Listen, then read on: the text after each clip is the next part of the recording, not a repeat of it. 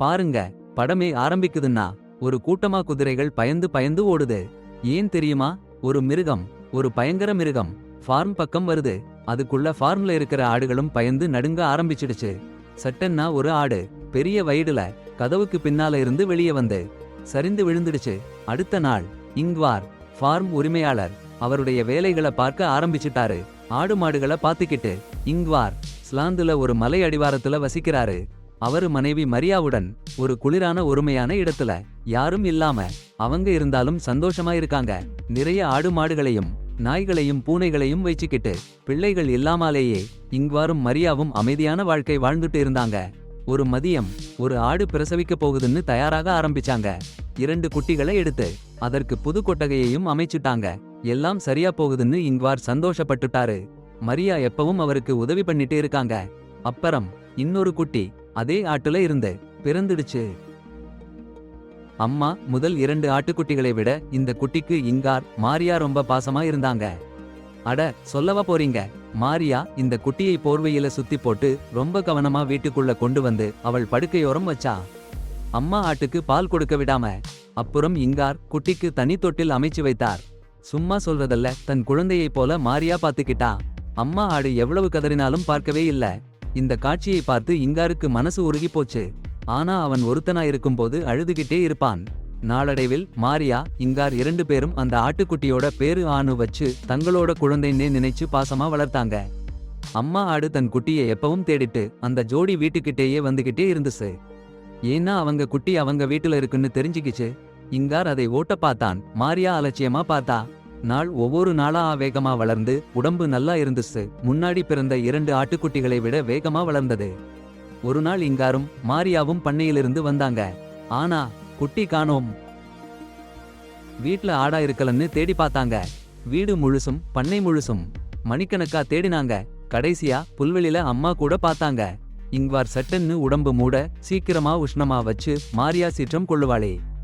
ஆடா ஒரு சிறப்பு ஆடு. ஆட்டுத்தலையும் மனுஷ உடம்பும் 2 காலில நடக்குது. மாரியாவும் ஆடாவும் அம்மா மகள் மாதிரி. மாரியா அடிக்கடி பேசுவா. ஆடா பதில் சொல்ல மாட்டாலும் இங்வாருக்கும் அன்பு வருது. அந்த அன்பு அவருக்கும் தோண ஆரம்பிக்குது. அதே சமயம் ஒருத்தர் காரில தள்ளிவிடப்பட்டாரு. மலைப்பாதையில சரி இல்லாம அவர் கிணறுகள் புல்வெளிகள்னு நடந்து போறாரு. ஆடா காணாம போய் கிடைச்ச சம்பவத்துக்கு பிறகு ஆடுகள் தாக்குற கனவு மாரியாவுக்கு வந்தது. அவளை ரொம்ப கஷ்டப்படுத்தியது. சரி செய்ய முடிவு பண்ணா. ஒரு நாள் காலை இங்வாரும் ஆடாவும் தூங்கும் போது மாரியா துப்பாக்கி எடுத்தா. அவள் அம்மாவோட ஆட்டுக்குட்டியை பார்த்தா சட்டென்று சுட்டு போட்டுச்சு. அடேங்கப்பா, அதோட உடம்பை இழுத்து இழுத்து வீட்டுக்கு வெளியே கொண்டு போய் புதைச்சிடுச்சு. எங்கேன்னு கூட தெரியாம. ஆனா பாருங்க, காரிலிருந்து தூக்கி வீசப்பட்ட அந்த ஆளு அந்த கொலை நடக்கிறதுக்கு முன்னாடி இங்கவாருடைய பண்ணைக்கு வந்து சேர்ந்துட்டாரு. என்ன நடக்குதுன்னு எல்லாத்தையும் பார்த்துட்டாரு. அப்புறம் அந்த பொண்ணு வீட்டுக்கு போனதும் அந்த ஆளு கொட்டகைக்குள்ள போய் அங்கேயே ராத்திரி தங்கிட்டாரு. அடுத்த நாள் இங்கவார் கொட்டகைக்கு போனாரு. அந்த ஆளையும் பார்த்தாரு. ஆச்சரியப்படல. ஏன்னா அது இங்கவாரோட அண்ணன் பியூர் தான். வீட்டுக்கு கூட்டிட்டு போய் சாப்பாடு போட்டாரு இங்கவார். பல தடவை வந்திருந்தாலும் இங்கவாரும் அவரு மனைவியும் தவிர வேற யாரையும் பார்த்ததில்லன்னு சொல்றாங்க. அந்த அப்படி இருக்கிறத பார்க்க பியூருக்கு ரொம்ப கஷ்டமா இருந்துச்சு. ஆட்டுத்தலை மனுஷ உடம்பு. அவளை மனுஷியா ஏத்துக்கவே முடியல. இங்க வரும் மாரியாவும் தன் பொண்ணு மாதிரி நடந்துக்க சொன்னாலும் கஷ்டமா தான் இருந்துச்சு. சரி, சில பிரச்சனைகள்ல சிக்கி தடுமாறி வீதியில திரிஞ்சுட்டு இருந்த பியூர் இங்கவார் வீட்ல கொஞ்ச நாள் தங்கிடலாம்னு முடிவு பண்ணிட்டாரு. பண்ணை வேலையில எல்லாத்தையும் செய்து உதவி பண்ணிக்கிட்டே சகிப்புத்தன்மையோட இருக்க முயற்சி பண்றாரு. சரி பாருங்க, பூரான் அந்த பொண்ணு ஒருத்தியும் இல்லாம இருக்கும்போது எப்பவும் பொண்ணுகளை கண்ணுல விழ ஆசைப்பட்டுட்டு இருப்பான். அதே நேரம் இங்வார் கூட இருக்கிற பூனை நாய் எல்லாம் தொலைவில ஏதோ பார்த்துட்டு இருக்கிற மாதிரி வீட்டை யாரோ கவனிச்சுட்டு இருக்காங்கன்னு உணர்ந்துட்டு இருக்கும். ஒரு நாள் பூரான் அந்த தம்பதிய கூட கோடாங்கி சுத்தம் பண்ண உதவி பண்றான். அப்போ பூரான் அந்த ஒரு விலங்குன்னு நினைச்சு புல்லு கொடுத்தான் சாப்பிட. இங்வார் அதை பார்த்து ரொம்ப கோபப்பட்டான். அவன் அண்ணன் கிட்ட சண்டை போட்டான். பூரான் இங்வரும் மரியாவும் ஒரு குழந்தை மாதிரி நடத்துறாங்கன்னு நினைச்சு ரொம்ப சீண்டிக்கிட்டான். ஆனா இங்வார் சொன்னான், அவங்களுக்கு சந்தோஷம் கொடுக்குதுன்னு. அது போதும்னு சொன்னான்.